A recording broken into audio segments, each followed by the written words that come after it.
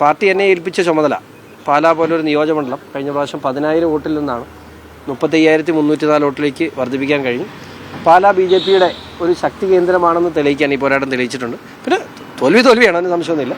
തീർച്ചയായിട്ടും അത് പാലായിൽ കൂടുതൽ സംഘടനാ പ്രവർത്തനം നടത്താനും പാലാ നാളുകളിൽ BJPയുടേതാക്കി മാറ്റാനുമുള്ള ഒരു വലിയ പ്രചോദനമാണ് ഈ ഫലം എന്നുള്ള കാര്യം.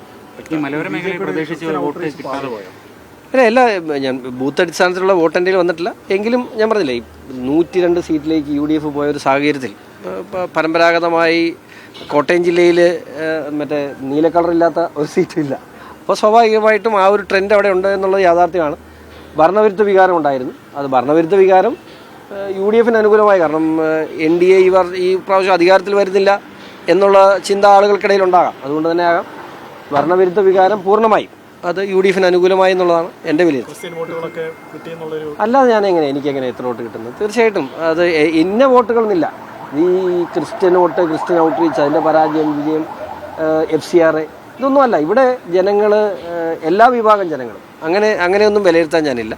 എല്ലാ വിഭാഗം ജനങ്ങളുടെയും വോട്ട് കിട്ടാതെ ഷോൺ ജോർജിന് എന്താണെങ്കിലും 35,000 വോട്ട് കിട്ടില്ലല്ലോ. ഈ ഒന്നിൽ കൂടുതൽ പഞ്ചായത്തുകളിൽ ഷോൺ 2ാം സ്ഥാനത്താണ്. അപ്പോൾ ഇടത് വലത് വോട്ടുകൾ കാര്യമായി കിട്ടിയെന്ന് വിചാരിക്കുന്നു? അല്ല, തീർച്ചയായിട്ടും എല്ലാ വിഭാഗം ഞാൻ പറഞ്ഞില്ലേ, ഇപ്പം 69 നിന്നും ജയിച്ച മാനസികാപ്പിൻ്റെ വോട്ട് 55 ഇല്ലേ.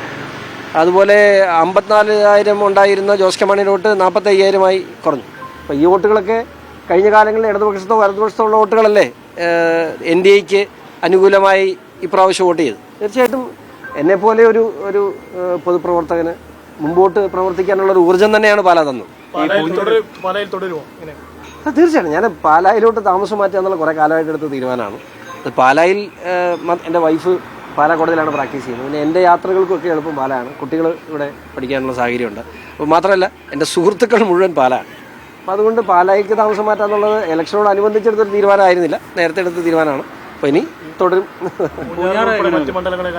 അല്ല, ഇനി ഡീലിമിറ്റേഷൻ വരികയാണല്ലോ. ഡീലിമിറ്റേഷൻ വരുമ്പോൾ ഈ മണ്ഡലമൊക്കെ എങ്ങനെ മാറുമെന്ന് നമുക്ക് പറയാൻ പറ്റില്ല. അപ്പോൾ അതുകൊണ്ട് ഈ പാലായുടെ ഇപ്പോൾ കാണുന്ന പാലാണോ നാളെ പാലാന്ന് പറയാൻ പറ്റില്ല. പൂഞ്ഞാറിലും ഉറപ്പായിട്ടും ഈ 2 താലൂക്കുകൾ നിൽക്കുന്ന മണ്ഡലങ്ങളാണ്. അപ്പോൾ അതൊക്കെ ഇനി വരുന്ന ഡീലിമിറ്റേഷൻ ഇതെല്ലാം മാറ്റം ഉണ്ടാവും. അപ്പം ഡീലിമിറ്റേഷൻ എങ്ങനെ വന്നാലും പാലായിൽ താമസിക്കുക എന്നുള്ളത് എൻ്റെ തീരുമാനമാണ്. ഈ വോട്ട് എടുപ്പ് കഴിഞ്ഞ സമയത്തൊക്കെ ദീപിക പത്രത്തിൽ ഉൾപ്പെടെയുള്ള വലിയ രീതിയിലൊരു വിമർശനം ഉന്നയിച്ചിരുന്നു. അതിലൊക്കെ പിന്നീട് എന്താണ് ആ ഒരു പരാതിയൊക്കെ സഭാ പിതാക്കന്മാരെ? അല്ല, ഞാൻ പറഞ്ഞല്ലോ, ഞാൻ സഭയുടെ ഭാഗമാണ്. എന്നെ സഭാവിരുദ്ധനാക്കാൻ വേണ്ടി ഇവിടെ ഒത്തിരി ശ്രമങ്ങൾ നടക്കുന്നില്ല. ഞാൻ സഭാവിരുദ്ധനൊന്നുമല്ല, ഞാൻ സഭയുടെ ഭാഗമാണ്. ഞാൻ നേരത്തെയും പറഞ്ഞിട്ടുണ്ട്, യേശുക്രിസ്തുവിൻ്റെ തിരുശരീരമാണ് സഭ. ആ സഭയിൽ മെത്രാന്മാരുണ്ട്, അച്ഛന്മാരുണ്ട്, ഞങ്ങളുമുണ്ട്. അപ്പോൾ എല്ലാവരുമാണ്. അപ്പോൾ അവിടെ സഭയുടെ മുഖപത്രം എന്ന് പറയുന്ന ഒരു പത്രം അതിന് ഒരു പക്ഷപരമായി നിലപാട് സ്വീകരിക്കുകയും ആ നിലപാട് സഭയുടെ നിലപാടായി ചിത്രീകരിക്കപ്പെടുകയും ചെയ്യുമ്പോൾ അതങ്ങനെ അല്ല എന്ന് പറയേണ്ട കടമ എനിക്കുണ്ട്. ഞാനത് പറഞ്ഞത് ജനങ്ങൾക്ക് ബോധ്യപ്പെട്ടിട്ടുണ്ടെന്നാണ് എനിക്ക് വിശ്വാസം. തീർച്ചയായിട്ടും ഞാൻ സഭയുടെ ആസ്ഥാനത്ത് പോയി തന്നെ എൻ്റെ കൺസേൺ, എൻ്റെ പാർട്ടിയുടെ കൺസേൺ, എൻ്റെ കൺസേണും എൻ്റെ പാർട്ടിയുടെ കൺസേണും സഭയുടെ മുഖപത്രമായി നിലനിന്നുകൊണ്ട് ഈ എഴുതുന്നത് ശരിയല്ല എന്നുള്ള എൻ്റെ നിലപാടിൽ ഒരു വ്യത്യാസമില്ല. അത് സഭാവിരുദ്ധമായ നിലപാടല്ല. ഞാൻ എപ്പോഴും പറയാറുണ്ട്, ദീപികയെ അവിടെ ഉണ്ടാകണം. അത് ക്രൈസ്തവരെ സംബന്ധിച്ചിടത്തോളം ക്രൈസ്തവരൊരു മുഖപത്രമാണ്. അത് അങ്ങനെ നിൽക്കണം. പക്ഷെ അവിടെ രാഷ്ട്രീയം കലരുമ്പോൾ അത് ചൂണ്ടിക്കാണിക്കാനുള്ള കടമയുള്ളത് ഞാൻ ചൂണ്ടിക്കാണിച്ചു. അല്ല, വരാനുണ്ട്. പക്ഷേ കാഞ്ഞിരപ്പള്ളിയിൽ മികച്ച പെർഫോമൻസ് ഉണ്ടായി എന്ന് തന്നെയാണ് വിശ്വസിക്കുന്നത്.